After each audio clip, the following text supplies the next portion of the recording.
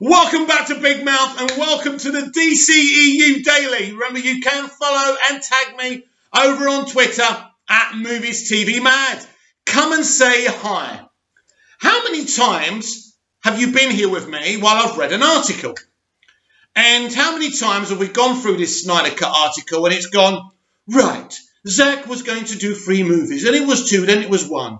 But then he was driven out and there was a family tragedy, and then the fans came together to fight for the Snyder Cut, and then HBO Max greenlit it. The reality is always tougher and longer than the article. Fighting for the Snyder Cut, and you can take this from personal experience, was full of heartbreak, sleepless nights, and anxiety. I can assure you of that. It wasn't easy. It was hard. So hard. If you didn't fight for this cut, I'm not blaming you, by the way, but you won't know what it was like. This took years. And it was difficult. And myself and many others in this fandom stood by a director ahead of their own family, ahead of their own friends. We would bore the fuck out of our family and friends, our wives, our girlfriends, our brothers, our sisters, about Zack Snyder and the injustice that was done to him. I remember it all, and it was difficult. We were treated like dirt. The media would call us toxic and bullies. And I know the people in this fandom are not that. I know that. We live and breathe this stuff. We live and breathe Zack's DC movies. I think all you have to do is follow a few of the accounts and see the passion, the emotion. It means so much. So you can imagine, after all these years, actually getting the cut and then seeing the cut. It's a ridiculously empowering experience. But I want you to understand that this was not easy. It hurt at times. It hurt like a knife in the gut. It hurt like when they opened up my stomach to deal with my erupted ulcers. It hurt. When Ben Fritz did his article, it hurt. Some people will say, well, you should have expected all of that, Mick.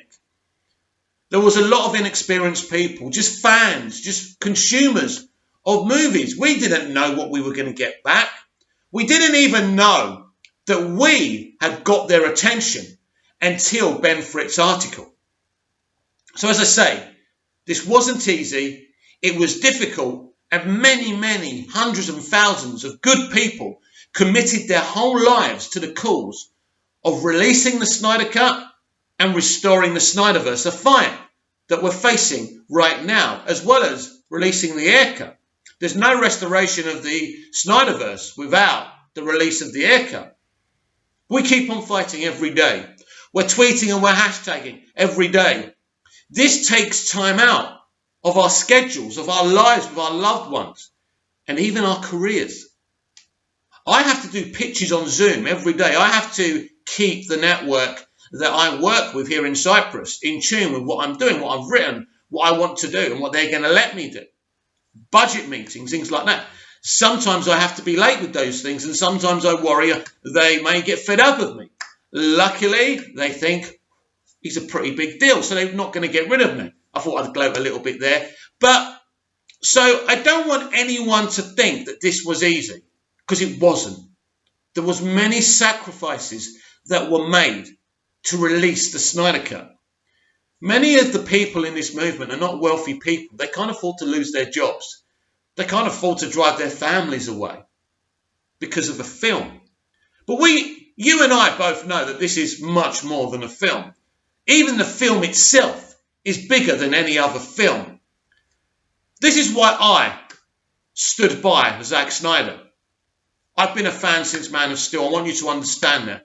Prior, I'd seen Watchmen once and 300 once. I love those films, but I didn't want to go back and watch them again and again and again because I wasn't really into them. I didn't read the Watchmen comics, and Same with 300. So I respected those films' aesthetic and what they did, but they didn't really make an impression on me because basically they weren't Superman, they weren't Batman. So you understand, right? So why did I stand by Zack Snyder? Zack Snyder is a visionary storyteller, a remarkable storyteller in an unremarkable time for entertainment. Do you know what it's like to have a passion for something, but be surrounded by mediocrity? Netflix streaming shows, Disney Plus, Amazon Prime, mediocre shit made by people who have no artistic integrity. So when you become a fan of someone who has artistic integrity, you stand by that person. When that person loses one of their children, you stand by that person. And when that person says, I'm starting a charity for suicide prevention, you support that charity, because there's nothing worse than losing a child, losing a loved one. It must have been destroying for Zack and Deb. So it was amazing to see this guy, an auteur, a visionary, one of the only people who's actually trying in this industry right now. So that's why I stood by him. But it wasn't easy. Not for me and not for you. We must never forget the pain of fighting for this cut, the sleepless nights, the heartache, the things people were saying about us. Important people with blue ticks, with verified accounts, calling us scum. Scum. Now, none of us think we're scum. Nobody in the world thinks they're bad people, even if they are bad people. But for myself, I'm not perfect. I have impure faults. I've sometimes made mistakes and sometimes I've done good things. That's what human beings are, of course. But I've never imagined that I would be accused of the things these access media, these journalists, these blue ticks will accuse us of, when they're doing the same thing that they're accusing us of, that they're framing us for, because half the stuff they say isn't even true. They verbally, viciously attacked that, right? They've called him sexist. They've called him a racist. And then all you have to do to expose them is put in front of them Zack Snyder's Justice League Snyder Cut. Don't they feel bad now? The representation for minorities in this film is sensational. Ryan Choi. Is it Ryan Choi? I can't remember his first name, right? But Dr. Choi, Professor Choi, right? Whatever his title is. And that's just the beginning for his character if we can restore the Snyderverse. Ray Fisher's Cyborg is all the evidence that you need. But the representation of women, of strong women, and this is by a man, two men, Terry Owen Snyder. The moment I've already told you already in yesterday's review that touched me so much, when Diana is at the Old Bailey and she saves the children and she goes to the little girl who seems a bit shell-shocked and she goes, are you okay? And she goes, yeah. Can I be like you when I'm older? You can be anything you want to be. That hits hard. How inspiring for young women must that be to see that? Especially in an industry where everyone talks about representing minorities in a positive way and representing women, but all they do is represent minorities in a bad way. And they don't know how to. These people who talk about representing strong females fail constantly. They failed with the first female Doctor. They failed with Captain Marvel. They spoke a good game. Bree spoke about men in their 40s, right, and what a piece of scum we are. But her and the people who made Captain Marvel couldn't be bothered to put their money where their mouths are because they don't care about representing minorities. They don't care about strong women. They just talk the talk. They don't do the walk. Zack Snyder doesn't do the talk, but he walks the walk, right? He's been representing minorities and strong women for years in his movies. But in this film, it hits hard. Hippolyta, what a leader. Diana, what a warrior. It's sensational. And the heroes in the Justice League, there's more men in Zack Snyder's Justice League than women, of course. We need a few more girls in there being strong. You know what I mean? But It's a great start. So there's a lot of minority representation and it's beautiful. But what I really like about this film, how it exposes, actually, let me just say this. I nearly called him Ross. Joss Whedon, you are charged with the killing and destruction of art. Take him down, please. Because this is what happens in this film. But especially with this Old Bailey sequence. He takes this sequence, he chops it down. It's shit. It's like a cartoon, it doesn't work. You see what Snyder did with this. And I spoke about this yesterday. But it really, really feels like a dangerous kind of incident, doesn't it? And that's why I love it. And that's why I love this film. Because Zack is trying. He's one of the few that's still trying. That's what's important here. This film is about effort, passion, guile, art, talent, everything. It's about getting a bunch of people together and doing the work. But you must have a vision.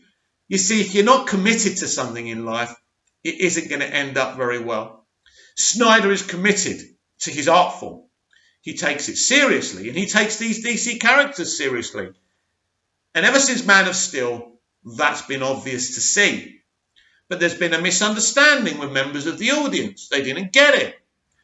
Imagine being a member of the audience, mate. Imagine being a critic, and I've also said this before, where you feel a colourful, funny, action-packed movie is more important than character development.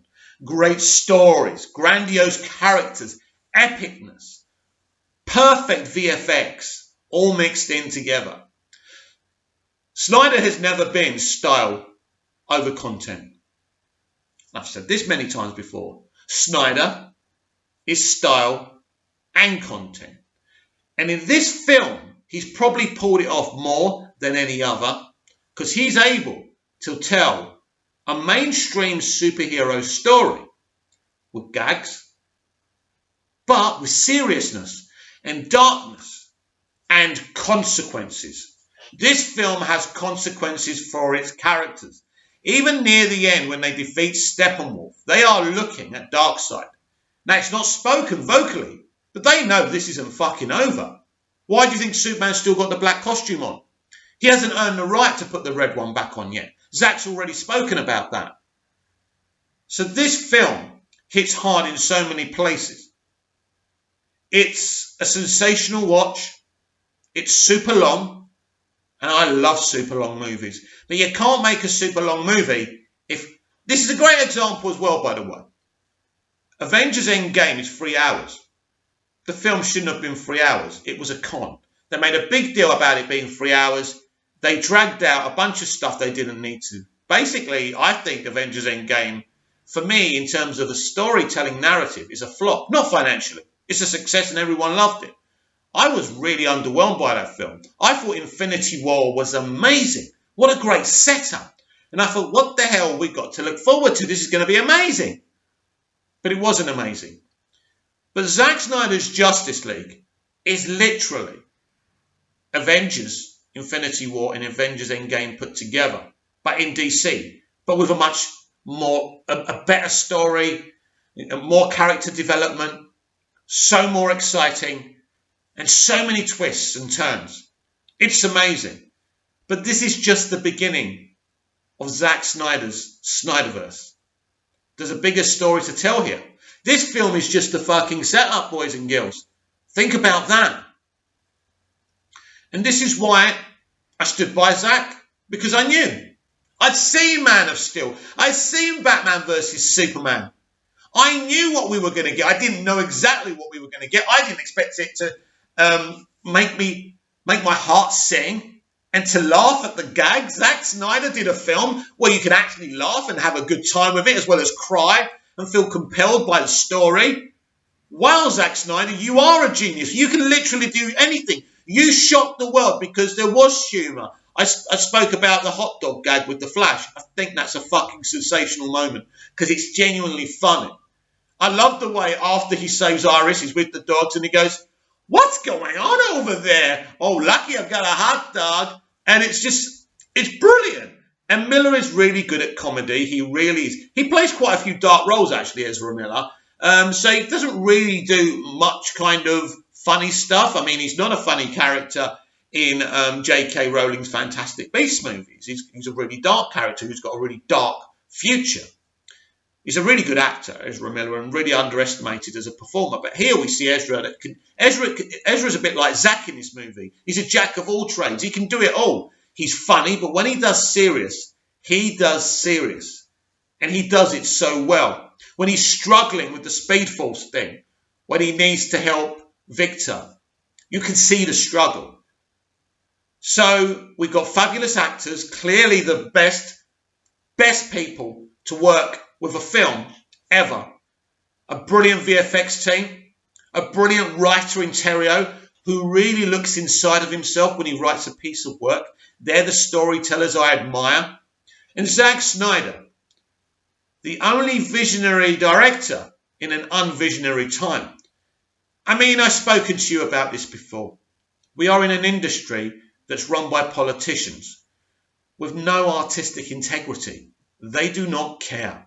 They care about the messages they talk about. They want to prove that us men are the evil. I don't know if they want us to take a tablet and just be robots. I don't really know what they want from us, but they don't like us. They don't like their audience because predominantly us people from about 25 to 40 are their audience. That's the truth. So they don't care about us. Anyway, it's an ongoing battle. We are in a really, really apocalyptic kind of time in terms of being a consumer supporting movies. But Zack Snyder doesn't treat his audience like that. He respects us and we respect him. It's amazing to have a director, you see him being interviewed, he's smiling, he's so pure. All Snyder really wants to do is deliver his audience with something. How many times? It's not about the mainstream, it's about you. I care about you. I care about what I give you. Watch this movie. Watch the other two DC movies he's directed. The evidence is there. The best VFX, the best stories. It's heartfelt. He's doing what he wants to do, but he's delivering it for his audience, and he knows who his audiences are. Who is Zack Snyder's audience? A lot of us who are his audience have been people who have been underestimated in life, been rejected, and this is why we've got the fight in us. I suspect once upon a time Zack may have been the same. That Rocky character that nobody believed in. I talk about Rocky and Zack Snyder because the Zack Snyder story is a Cinderella story. They didn't like him because he was different. They don't like anyone because they're different. They didn't like the Ugly Duckling. The Ugly Duckling story is one of the most beautiful stories ever, even though it's a very basic story. It's about someone that should have been born as a chick, but is born by a duckling. I think I've got that right. So the Ugly Duckling, imagine the title, The Ugly Duckling. Wow, what a title. That tells you everything, doesn't it? So I'm not saying Zack Snyder's ugly, by the way. I mean, look who's talking, right? But Zack Snyder is the Ugly Duckling in Hollywood. He's the one who does things a little bit different, who wants to show the audience something a little bit different. And they try to destroy him for it. But his fans stood by him. That's unheard of. Now, I've seen people stand by directors before, but not on this level. So you can be very, very proud of yourselves. And I'm very proud of myself. So this film is a force of will. I still can't understand what the studio were thinking, but they were nervous. And I think it's important to say that the reaction to Batman vs. Superman scared the shit out of them because it was such an aggressive, toxic reaction to a film. The kind of reaction I haven't seen since The Passion of the Christ or Braveheart. I think Mel Gibson is the only one who's instilled this kind of toxicity about a film. I mean, for obvious reasons, they didn't like Passion of the Christ. I think it's brilliant. I really do. I think it's an amazing film, one of the best films ever made. But the message that Gibson put out in that film and the responsibility of the crucifixion of Christ and saying it was a certain set of people really did alert Hollywood to what he was doing. And this was a guy who was in the belly of Hollywood for years, and they didn't suspect his mentality. So that's interesting. But then he makes Braveheart, and then he says the British basically treated the Scots so badly, or the English. The English didn't like that, of course. Who knows what's true and what's not? We're talking about hundreds of years ago or whatever it is. Nobody knows, do they? So there's controversy, then there's controversy. The controversy about Snyder is just weird because he's not making a claim about who crucified Jesus Christ. He's not saying the English treated the Scots badly and brutalized them. He's not making big claims like that. He's making a superhero film, but he's adding context, development. And the audience were telling him, or the mainstream and the critics were telling him, we don't want this deep stuff.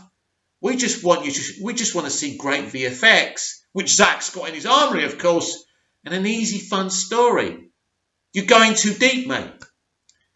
But isn't it amazing to have critics actually tell a filmmaker that your films are too deep and they're not colourful enough and they're not happy enough? Imagine that. If that's your kind of critical media, what hope has anyone got of getting it any real art? But the audience wanted it. We knew what was going on at the time. Since Iron Man, it became, actually since Avengers Assemble, well, literally the critics would hear the word MCU. Yes, it's so good. It's the best thing ever. Who needs The Godfather? Oh my God, this is amazing. Oh, wow, you know. And I remember at the time thinking, what is fucking going on here? These are a bunch of basic, forgettable movies. They're all right. I've got them myself. But, you know, the fuss they were making of them, it was ridiculous. So all of a sudden, there was this protective nature to the MCU. And I think that the media and Marvel and Disney were very intimidated by what Snyder was doing. And they had to destroy him by hook or by crook. And I think they thought that they did. They never thought he would come back to haunt them again. And he has. Because the point is with this Justice League movie, people, we keep on saying it, don't we? All WB are in trouble. But the ones who are in true trouble are Disney and Marvel.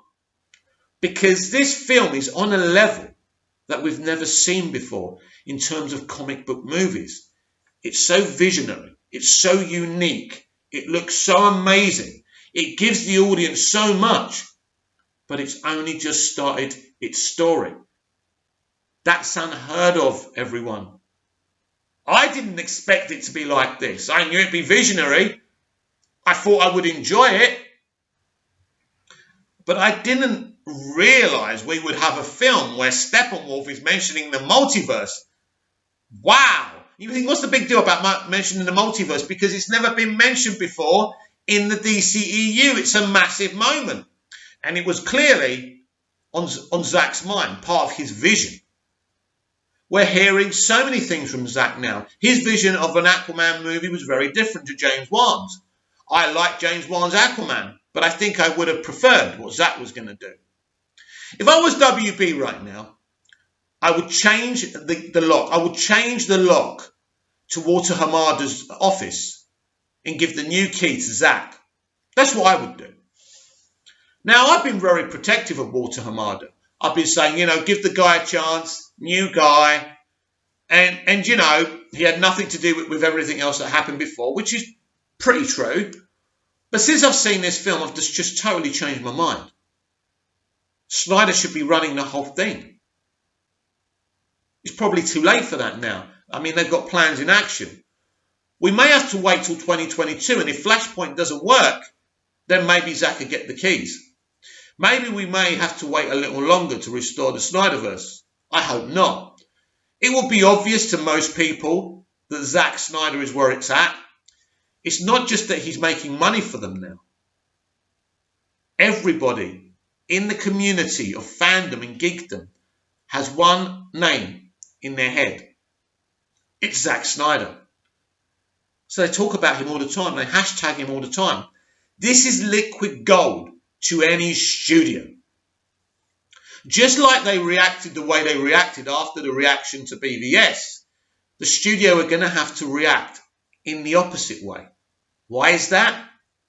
Well, it's pretty simple. Studios want to make money. This studio is making money because of Zack Snyder. Their streaming service was way behind all the rest of them because they've only just started. Let's not forget. There has to be some understanding there, right? It's no good us keep saying, well, HBO Max is struggling. It's literally a 5-minute streaming service. It hasn't been around for very long. They're barely in any other country. So I don't think you can call it a struggling streaming service. In fact, it's doing quite well for being just a domestic streaming service. That has to be said. But this film has changed everything. Will it change Hollywood? Will it change other studios' thinking? Well, Hollywood studios like to follow each other, like to follow trends. So I'm sure there'll be studios who try and do a similar thing. But it's not going to hit like this. Because nobody thought about making the Snyder Cut this big thing. We just wanted to release the film. So I don't know what's going to happen with other studios. But I think what we can say with AT&T is they've made two very bold decisions in the space of a year. Breaking the release window and releasing the Snyder Cut. Nobody else would have done it. Because AT&T don't think like the rest of Hollywood. AT&T think like AT&T. They've always been a customer-focused company. They made a big decision. And releasing the Snyder Cut, make no mistake, was a big decision. A decision that could have exploded in their faces. Let's be honest about it. This is a visionary director with his own mind. So you don't know what you're going to get. We know what we're going to get from Zack because we've seen his movies and we like them. But AT&T are probably not even movie fans. They're running a big conglomerate, but what do they know? So it was a risk. But obviously Zack and Deb did an amazing thing presenting the analytics, comparing the Twitter analytics to what Netflix get on Twitter or social media to what the Snyder Cut was. And HBO Max thought, oh yeah, we'll have some of that. And they're having some of that. HBO Max Asia had a meltdown, shut down because of the volume of people who are attempting to watch the film. This can only bode well. How long will it take them to restore the Snyderverse? I wish that after I do this video, I find out that it's been done. I can't tell you either way because this is such an unpredictable, groundbreaking event. It could happen in the next week where they greenlight Justice League and Justice League 2 together, Justice League 2 and Justice League 3, pardon me. Or it could happen in the next week. Or we might have to wait a long time and we may have to keep on fighting for years to come, which is insane after what's happened. Now, I don't think we'll have to wait. I think it will happen very quickly. How quick? Nobody knows. And I do expect them, when and if they do announce it, to announce Justice League 2 and 3 together. That would make sense. That would put confidence in the project as well. So there's people out there that have always said, even though we got the Snyder Cut, we would never get more. And this was a cul-de-sac and this was going to be over. Well, I tell those people that you're wrong. The same people who said Cyborg shouldn't have his own movie because what kind of story do you tell about Cyborg? Isn't it obvious? The guy is wired in to all technology. He communicates with technology. What does he say with Batflex, whatever it is, right? Is it the Flying Fox, whatever it is, when it comes back? She wanted to fly. He communicates with computers.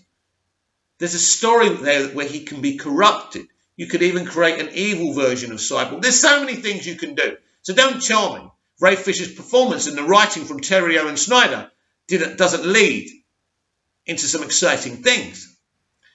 People always think they know best. But should I tell you how this industry, my experience of this industry, how this industry makes a fool out of you when you say that will never happen? The Snyder Cut will never happen. The Snyder Cut's just a cul-de-sac. The more you say these things, the more stupid you look. So I'm not going to make big predictions. I do think we're going to restore it. I do. I genuinely do. Because all the noises coming around are very positive. Now, I love the fandom, but their reactions of the film being great doesn't lend to a restoration of the Snyderverse because we were always going to love it. No, the signs are from the critics. That's where it comes from. When you see comic book writers getting so excited about this film, That can only be a good thing. There's so much positivity for this film. And that can't be denied. We literally are turning haters into lovers. And again, that tells you so much about this film. It's been a long fight, and we got our rewards on the 18th. It's been a strange week. It's been a strange few days. But boy, have they been days of positivity rather than negativity. And what's to come next? We've kind of seen a film left kind of in a cliffhanger, even though we did get a good uplifting ending.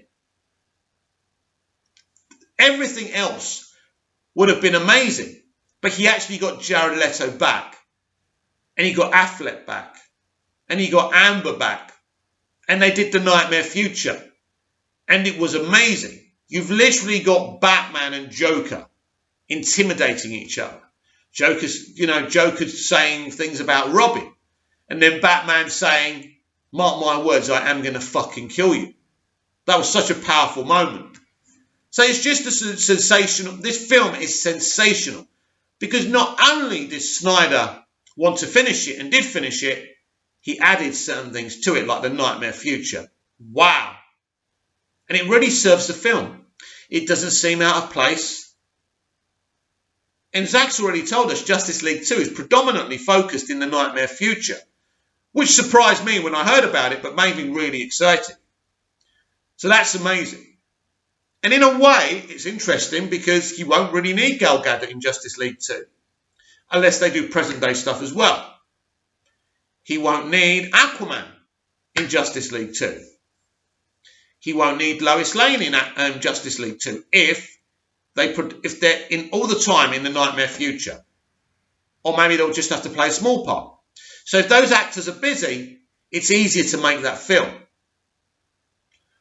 But if and when Justice League 2 and Justice League 3 is greenlit, they have to be patient with him. It can't be rushed. Everything has to be done slowly so we get the best experience, like we did with this film.